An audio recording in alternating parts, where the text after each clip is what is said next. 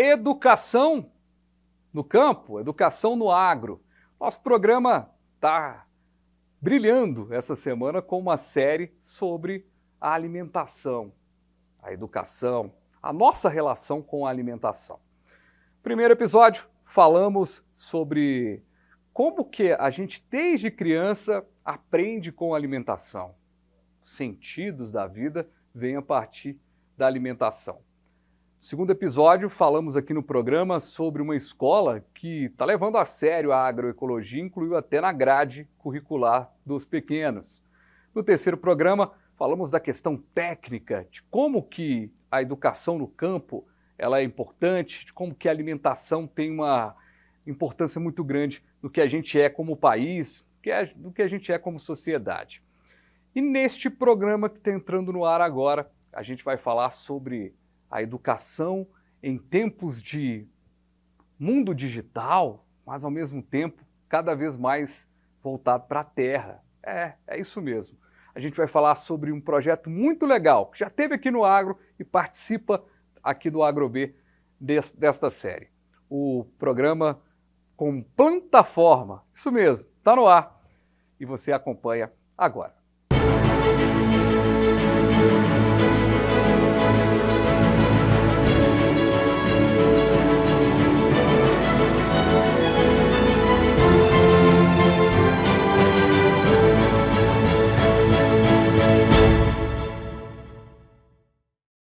Que bom, mas que bom que você está aqui comigo no canal Viver Brasil. Estamos chegando aqui no 527 Claro HD, 9 Claro Analógico, no youtube.com/canal Viver Brasil.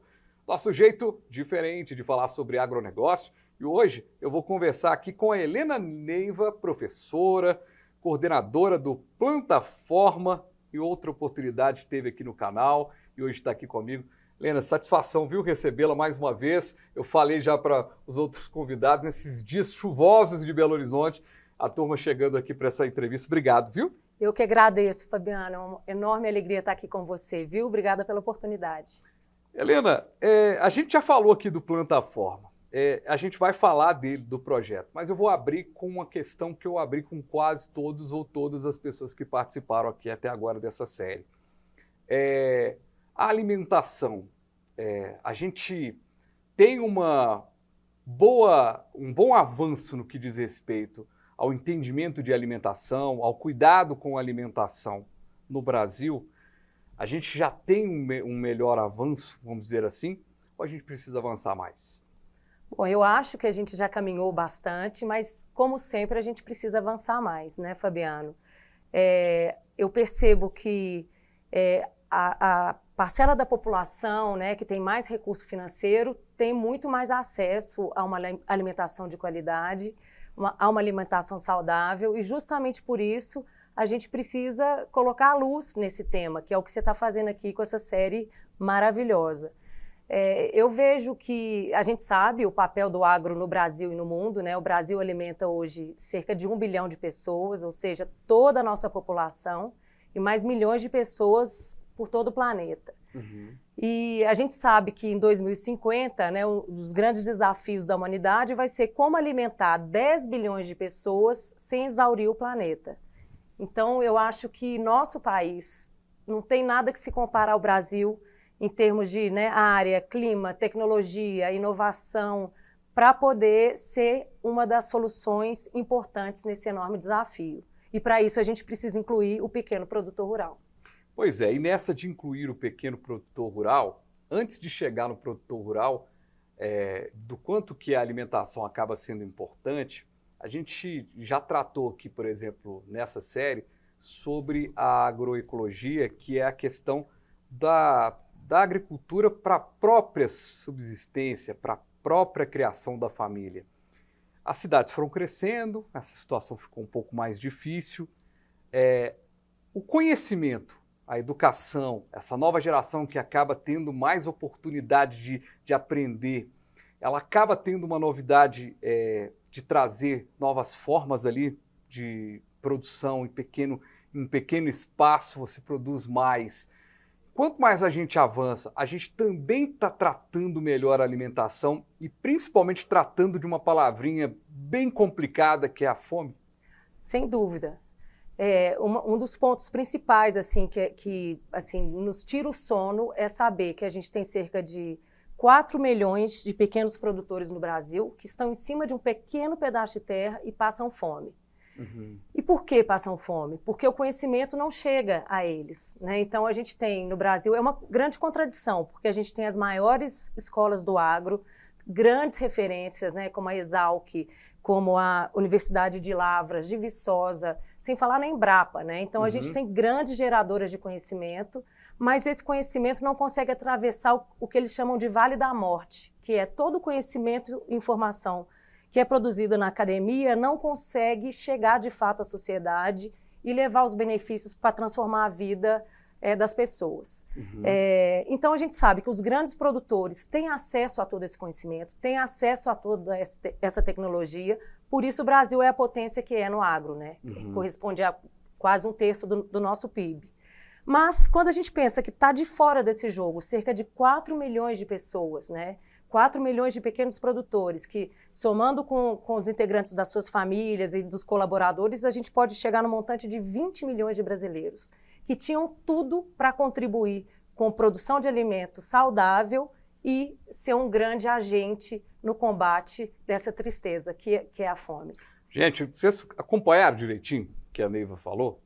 A gente está aqui com uma situação em que você tem gente com potencial, com terra, mas que está faltando conhecimento e aí, às vezes, aquele senso comum, né, de se virar e falar assim, mas tem preguiça, não tem vontade, e na verdade está faltando algo engrenar aí no processo, né, ou seja, e essa engrenagem, esse conhecimento da alimentação, esse conhecimento da da formação profissional como conhecimento mesmo, a gente tem aí um caminho legal que a gente chega nesse nosso papo, que é um poder de transformação mesmo do agro. O agro ele pode mudar o cenário de uma cidade, como mudou, por exemplo, no norte de Minas, algumas cidades como Jaíba, que se transformaram a partir da produção de banana, por exemplo, ou de uma pequena cidade do sul de Minas que começa a ter a produção de café como é um grande ganho, ou seja, o agro é talvez o nosso fermento maior do bolo para fazer realmente um crescimento social também do país? Sem dúvida, sem dúvida. E quando a gente pensa nessa oportunidade gigante que está diante de nós, incluir o pequeno não é simplesmente por uma questão moral, né? Porque primeiramente passa por isso, né? Como é que a gente vai ter 20 milhões de brasileiros que têm um pedaço de terra, passam fome e vivem numa condição de absoluta indignidade? Então, a inclusão social por si só, se fosse resolver apenas esse problema, já valeria a pena. Mas incluir esses pequenos significa gerar renda, significa fixar o homem no campo, significa compartilhar, multiplicar as práticas produtivas sustentáveis. Então, ensinar essas pessoas a produzirem em sintonia com a natureza, e a gente sabe que a gente tem todo esse conhecimento, né? Você estava falando que num dos blocos desse programa, vocês falaram de uma cidade que tem uma escola que está ensinando os pequenos sobre as técnicas da agroecologia. Exato. Né? Então, você não precisa de um grande espaço para poder ter uma horta, para poder ter ali um mínimo de subsistência. A gente vê até nos apartamentos, né? Hortas verticais, e, enfim. Agora, Helena, sabe uma coisa que me chateou bastante ao fazer essa série?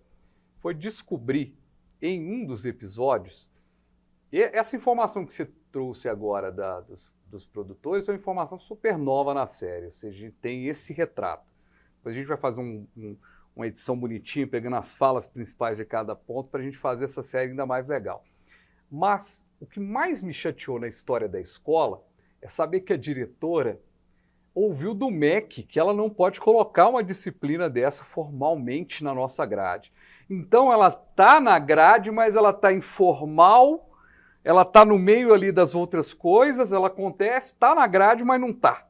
Ou seja, porque o MEC não permite. Ou seja, aí eu te faço uma pergunta como educadora mesmo. A gente tem que mudar a forma de pensar a educação. Então, quando a gente começa a falar, precisa ter empreendedorismo, precisa ter mais política, precisa ter estudos sociais. A gente teve estudos sociais na escola. Hoje a turma não tem. Mas a gente precisa da agroecologia, a gente precisa de sustentabilidade nas disciplinas e elas estão passando, talvez, desapercebidas ali no meio do estudo. É uma pena, né? Infelizmente, a gente tem, às vezes, essas barreiras aí regulatórias, mas eu acho que a gente tem educadores com uma criatividade infinita e com uma paixão absoluta pela educação. Que não vai ser a ementa não estar lá que vai mudar esse cenário. Que vai impedir, né? Que vai impedir com que essa magia aconteça, com que essa formação das crianças, dos jovens aconteça. Às vezes não é nem necessário criar uma disciplina formal. Se você trouxer um pouco desse assunto de uma maneira multidisciplinar, colocando um pouco num estudo de texto em português, numa aula de ciência, se você amarra isso com diversas matérias, você consegue tratar desse assunto oficializando ele dentro das disciplinas que são obrigatórias. Que é bem o que a escola está fazendo. Fazendo ali, a disciplina está ali, mas, de certa forma, o educador ele é transformador no processo. Sem dúvida, né? E o professor é absolutamente insubstituível. E quanto mais, né, essas novas gerações aprenderem que é possível produzir de forma sustentável, né? As práticas agroecológicas, elas não vieram para anular a agricultura convencional. Pelo contrário, elas vieram para complementar. Uhum. Eu tenho um amigo que fala que toda produção agrícola vai ter que passar por uma pitada de agroecologia. Uhum. Não importa se eu tenho uma lavoura de soja, eu posso usar algumas práticas agroecológicas que vão deixar meu solo mais rico, vão promover um ambiente melhor de temperatura, de recurso hídrico.